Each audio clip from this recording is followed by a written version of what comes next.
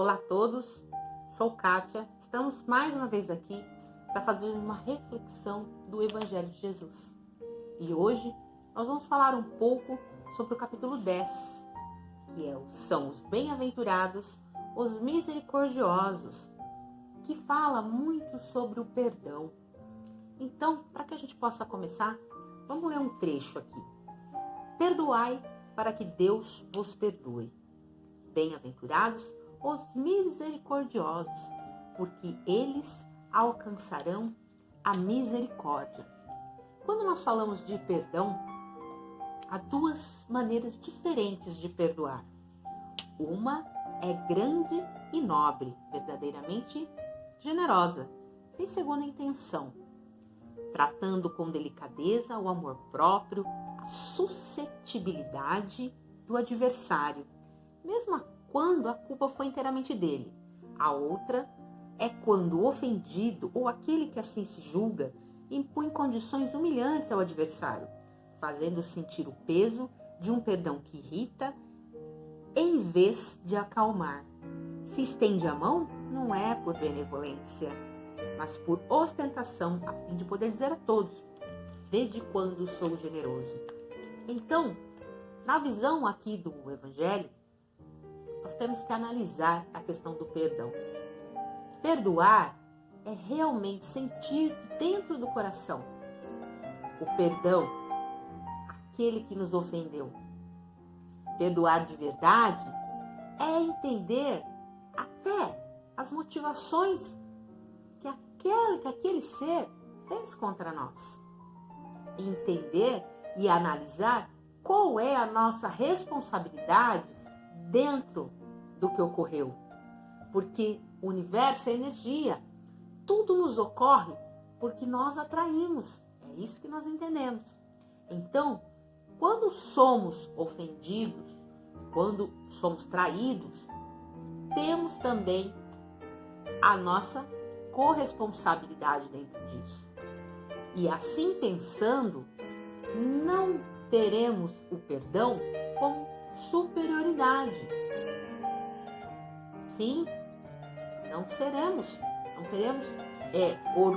orgulhosos de perdoar como se nós estivéssemos sobrepondo aquele ser, mas sim entendendo o que ele fez, por que ele fez aquilo.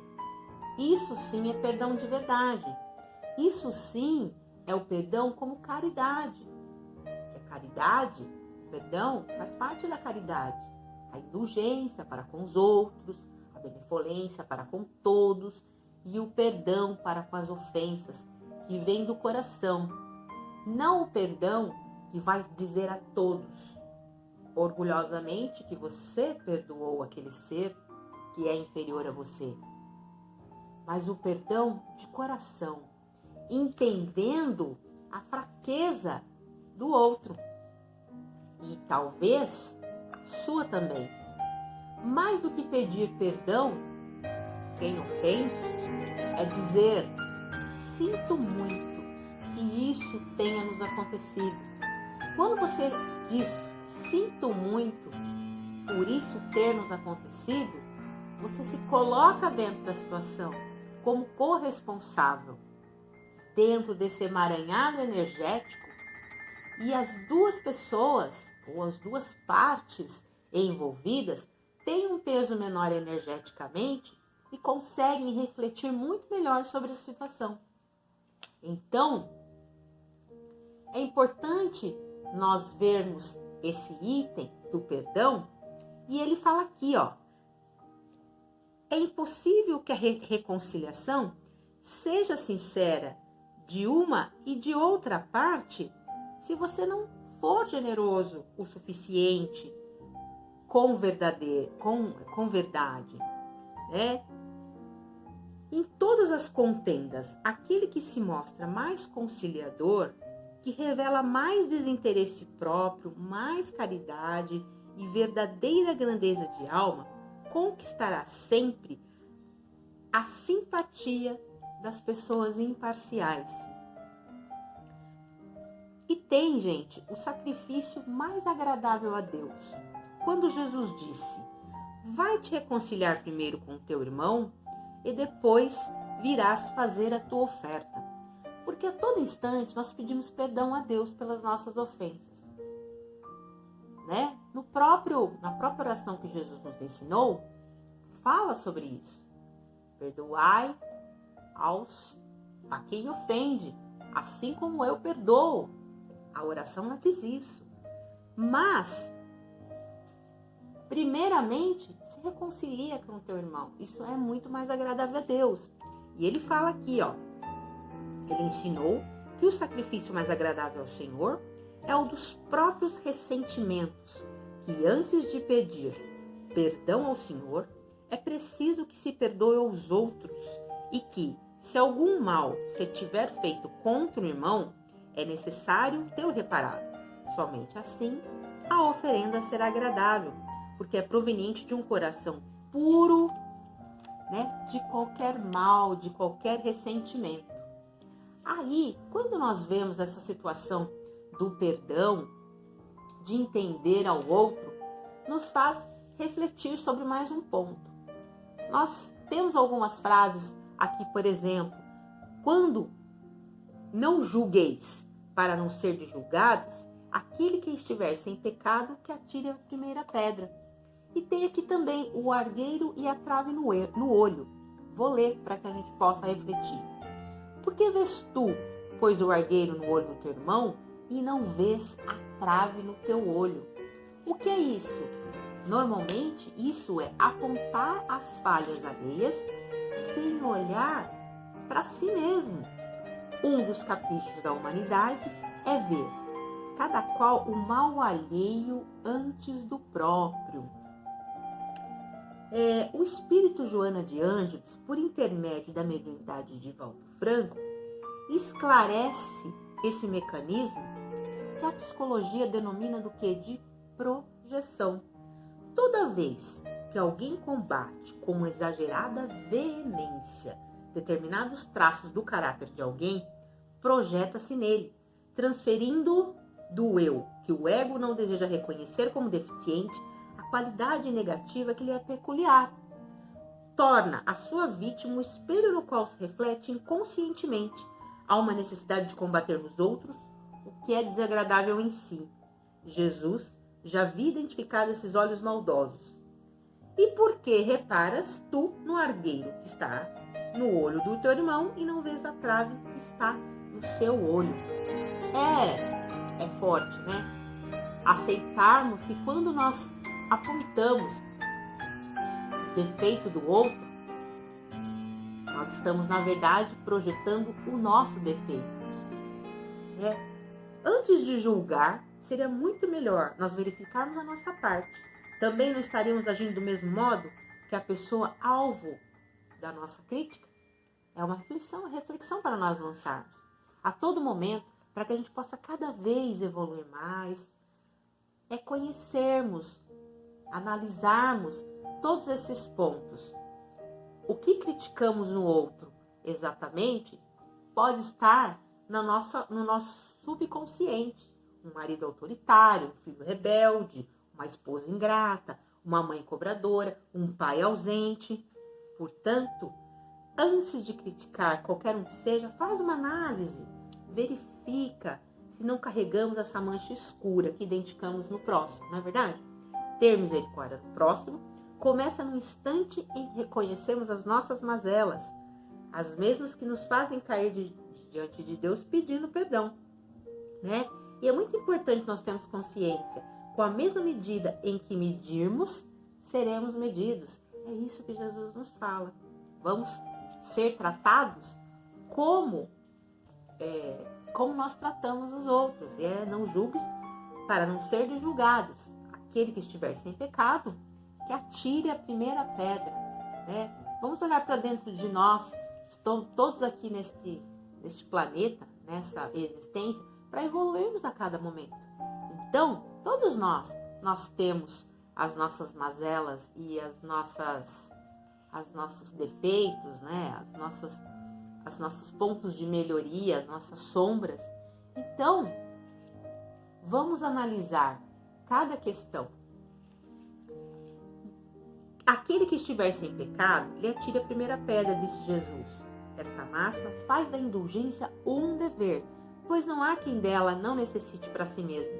Ensina que não devemos julgar aos outros mais severamente do que nos julgamos a nós mesmos, sem condenar nos outros o que desculpamos em nós. Antes de reprovar uma falta de alguém, considerando se a mesma reprovação não nos pode ser aplicada. A todo momento, quando nós colocamos a culpa no outro, pelo que nos acontece, nós estamos nos colocando numa posição de vítimas. E nós sabemos que nós não somos vítimas. Tudo o que nos ocorre é consequência dos nossos pensamentos, das nossas ações, das nossas atitudes. Então, não adianta colocar a culpa apenas no outro. Claro que nós não estamos falando exatamente de essa questão da crítica quando um pai repreende um filho ou quando um policial repreende algum delito, né, de um delinquente ou algo que ele tenha feito. Não é bem isso, né? É a crítica apenas como julgamento do outro. Isso também tem tudo a ver com o perdão. Quando a gente começa a entender melhor as pessoas, a gente não julga por que ele fez. A gente tenta se colocar no lugar, né? Como eu disse, a gente transforma essa energia do julgamento, do orgulho e da crítica em energia de amor, acolhendo aquela situação. A situação, ela fica muito mais leve, principalmente quando eu me coloco no lugar do outro, empaticamente. É fácil? Não é fácil, né?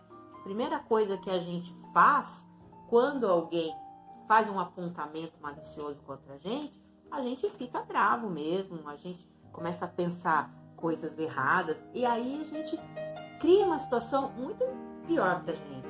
Então, é questão da gente analisar se alguém te criticou por algum motivo, se aquilo não tem nada a ver com você, por que é que você vai colocar suas energias ou se desgastar por aquilo, se aquilo não tem nada a ver com você? Certo? Agora, se algo ali te tocou, porque, gente, os amigos, normalmente você pergunta as coisas para ele, normalmente o amigo não, ele não tem coragem de expor exatamente os seus defeitos, porque todos nós temos, né? Agora, aqueles que são os seus adversários, eles que realmente falam a verdade sobre os nossos defeitos, né? Então, se vier uma crítica, um julgamento a vocês ou a nós, o que devemos fazer neste momento?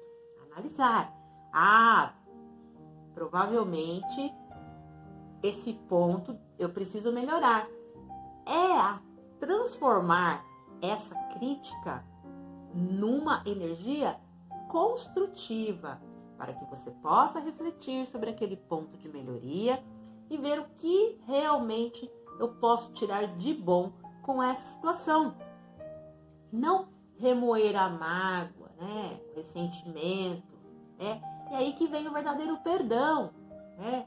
O perdão no sentido de se colocar naquela situação, entendendo aquele ponto de vista, sem colocar toda a sua energia ou desgastar-se por conta disso. Porque é importante entender que o perdão não é esquecimento.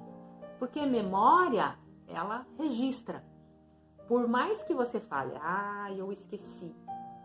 Quando você se colocar próximo àquela situação parecida ou próximo àquela pessoa, você vai lembrar, né? Então, isso daí tem a ver com o processo fisiológico da nossa mente. Não posso falar, eu esqueço. Isso é mais complicado. Porém, que ficam também marcas no nosso inconsciente. Mas o perdão verdadeiro, sem o orgulho, sem a superioridade, empaticamente, com amor, entendendo o lado do outro, esse é o perdão que o nosso Pai Maior espera de nós. Como disse, é um processo lento, é um processo cada dia a gente vai subindo um degrau, puxa, consegui aqui, consegui ali, consegui entender por que a pessoa faz isso para mim, porque falou de mim, não é?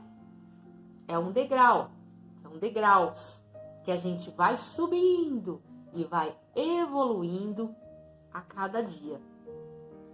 Mas a reflexão nos leva ao caminho do Pai, ao caminho do amor, ao caminho do entendimento, que para todos nós vivermos bem coletivamente, nós temos que nos conhecer, as nossas sombras, as nossas ações e buscar aí a vontade de melhorar.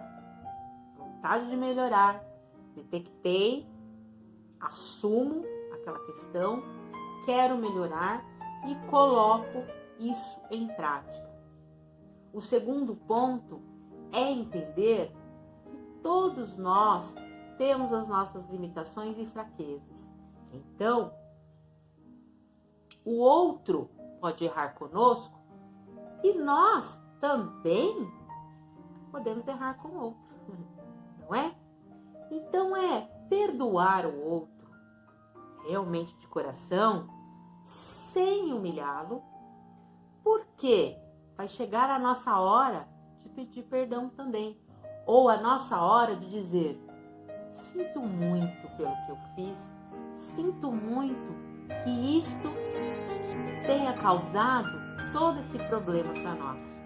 O sinto muito tem uma energia muito mais tranquila. Então, reflita sobre isso. Quando pedir perdão, é de coração? É, ou é só para mostrar a superioridade, o orgulho, a vaidade? Porque isso não é verdadeiro. Esse não é o perdão verdadeiro. Essa não é a caridade que o nosso Pai espera de cada um de nós. Bom, acredito que seja isso. Então, sempre assim, eleve os pensamentos a Deus, peça orientação, caso você passe algum constrangimento, né? É sempre importante nós termos em mente que nós podemos nos ligar à espiritualidade maior com bons pensamentos. Eles sempre nos inspiram.